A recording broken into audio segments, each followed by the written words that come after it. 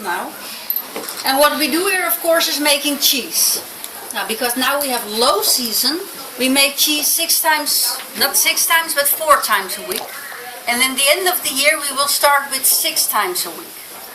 At this moment, we have about 90 cows, and 50 of them are for the milk production. And we milk them twice a day. Now, the first milk you use to make cheese is milk from the evening. It's coming straight from the milking stable through the whole farm, through this silver pipe in the tub. And every cow gives about 10-15 liters, so in the evening we have 600 liters.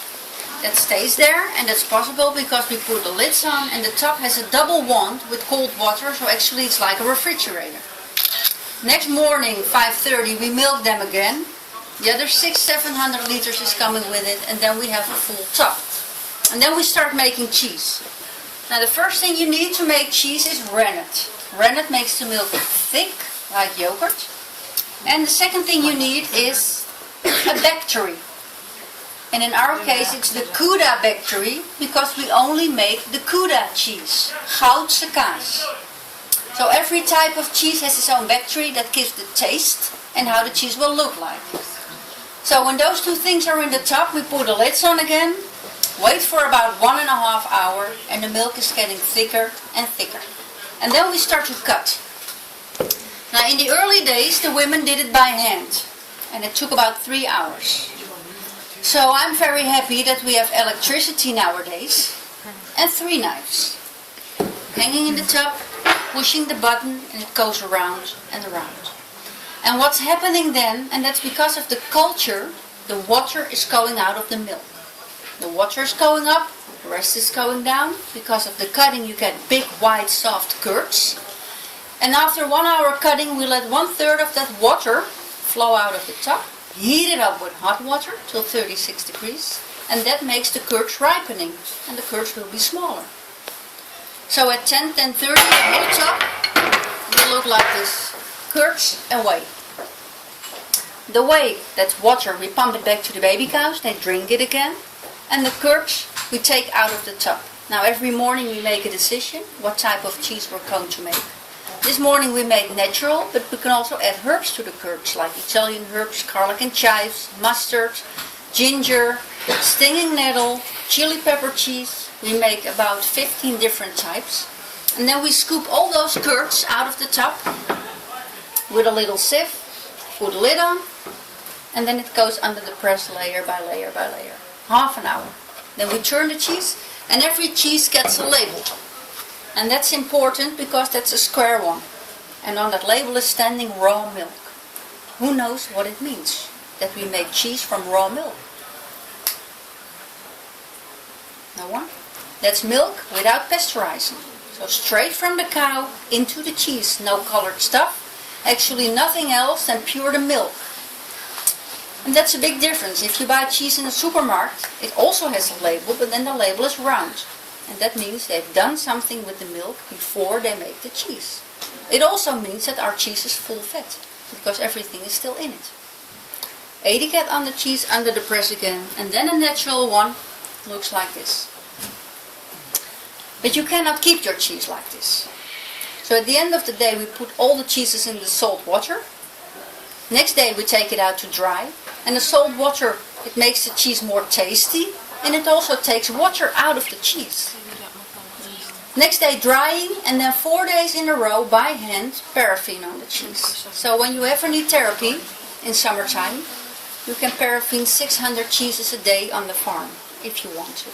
If you don't have anything else to do. Yeah, you never know, of course. After 4 times paraffining, the cheese looks like this. Yellow. Yellow outside, but white inside. And the inside color is changing every week. Because the paraffin protects the cheese against bacteria, but the water can go out. And it needs to be like that because the cheese is aging by losing its water.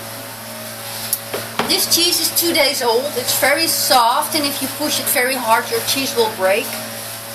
This cheese is about 1 month old. It's still very soft, it's a young cheese and you can eat it and it will taste delicious. This cheese is about 1 year old, and as you can see it's getting dry already. And this cheese is more than 3 years old. And take care. It's it's as hard as a rock. Because there's no drop of water left in the cheese. All the water that was in the cheese went out through the paraffin.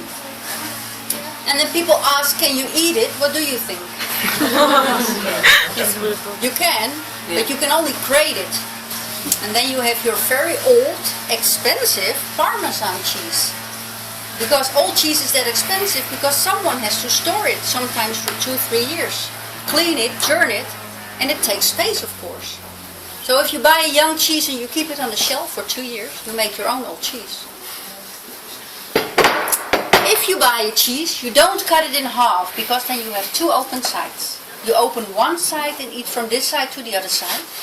You do not eat the paraffin because that's not healthy. Actually, it will come out sometimes, but you take the paraffin off and then of course you can slice your cheese.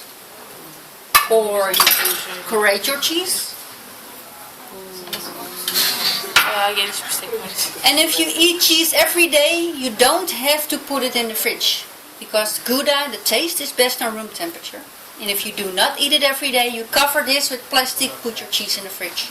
And uncut, you can keep it everywhere you like. Of course we have small cheeses, we have bigger cheeses in the shop. With 3 you always get discount, but it's also when 3 people with 1 cheese together come to the register. And we have cheese that looks like a sausage, but it is cheese. This is smoked cheese. We make the cheese, someone else melts it, he smokes it, and then we get it back. And this is the only cheese with a date. So those cheeses, they don't have a date, but this has a date, and the date is on the back.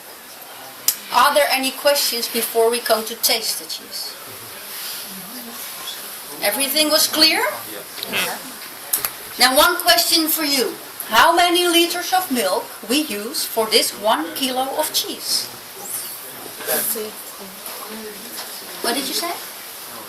Oh, I thought I heard the right answer. 16? 16? 16? 30? 10? 10. 10, yeah, you were the one. Okay. 10 liters of milk for 1 kilo of cheese. So the maximum amount of cheese we can make is 140 kilos a day. And more we cannot because the tub is not big. So 10% is cheese and the rest is water. Okay, off we go. We're going to taste the natural garlic Italian cheese with a nut flavor. You're going to taste the smoked cheese and you're going to taste the chili pepper cheese. But it's a little bit spicy.